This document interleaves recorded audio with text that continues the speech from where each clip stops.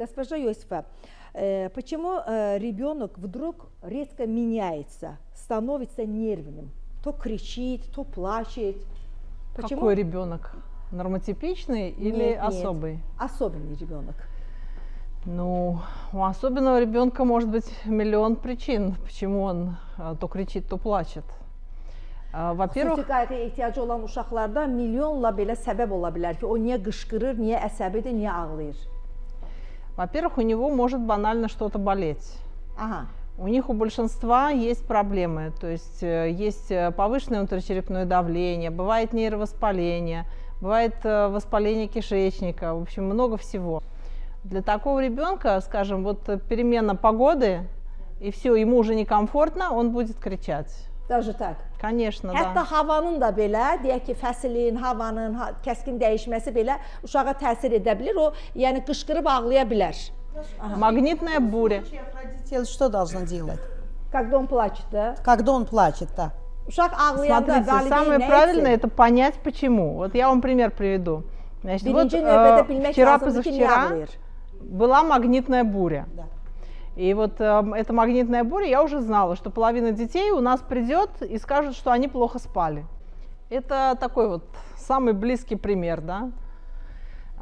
Потом очень у многих из этих детей действительно болит живот. Aha, То есть, bu uşaqların bir çoxunda həqiqətən də qarın nahiyəsində ağrılar olur. у многих из них есть аллергия или другие виды непереносимости там, различных продуктов. Aha, bir çoxunda da uşaqlarda allergiya olur, yedikləri qidaya qarşı, hansısa bir ərzağa qarşı. Görün, uşaqların ağlaması neçə dənə səbəbdən əmələ gələ bilər. Родители на это как бы не могут не обращать внимания, то есть ребенок кушает с общего стола, а ему нельзя, например, кушать с общего стола. Он там поел, допустим, не знаю, хлеб с маслом, да, и все, у него болит живот. Потом, вы знаете, я вот здесь в Баку столкнулась с очень необычной формой кормления ребенка. Aha, deyir, Bakıda deyir, mən uşaqların deyir, çox qeyri-adi qidalandırılmağı, yedizdirilməyi ilə deyir, qarşılaşmışam. Что это было? Чтобы ребенок кушал мясо, ему дают облизать чупа-чупс. То есть он кушает кусок мяса, облизывает чупа-чупс. Çupa-çups nədir? Sovruma şirniyyatlar var ya, xoruz bundan əvvəl deyərdik. Aha, çöpdə. Такой да, леденец да. на Ага, палочке такой, крашеный. В Израиле такое не бывает, да? Ну, смотрите, я не знаю, я такого не встречала, да?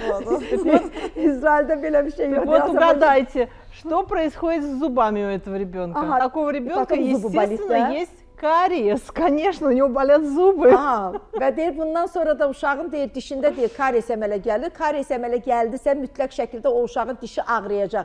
Ötən dəfə də Yosifa xanım da proqramımızda demişdi ki, əziz valideynlər, uşaq ağlayırsa əgər, xüsusi qayğıya ehtiyacı olan uşaqlardan söhbət gedir. İlk növbədə uşağın ağzını açın, uşağın dişlərinə nəzarət edin. Xırda bir karies də varsa əgər, uşağa o ağrı verəcək. Прошлый раз вы сказали, чтобы родители смотрели зубы.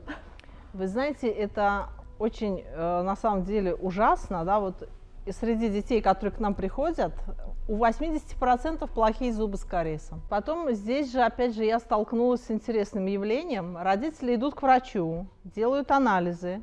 Анализы показывают, например, что у ребенка есть непереносимость лактозы. Вот что делает, как бы, нормальный родитель? Он просто убирает молочные продукты. Здешние родители говорят, ну как же он у меня не съест гатык? И все равно дают, понимаете? И потом удивляются, почему ребенок не спит, почему ребенок агрессивный, почему ребенок то, почему ребенок все. Да потому что у него живот болит.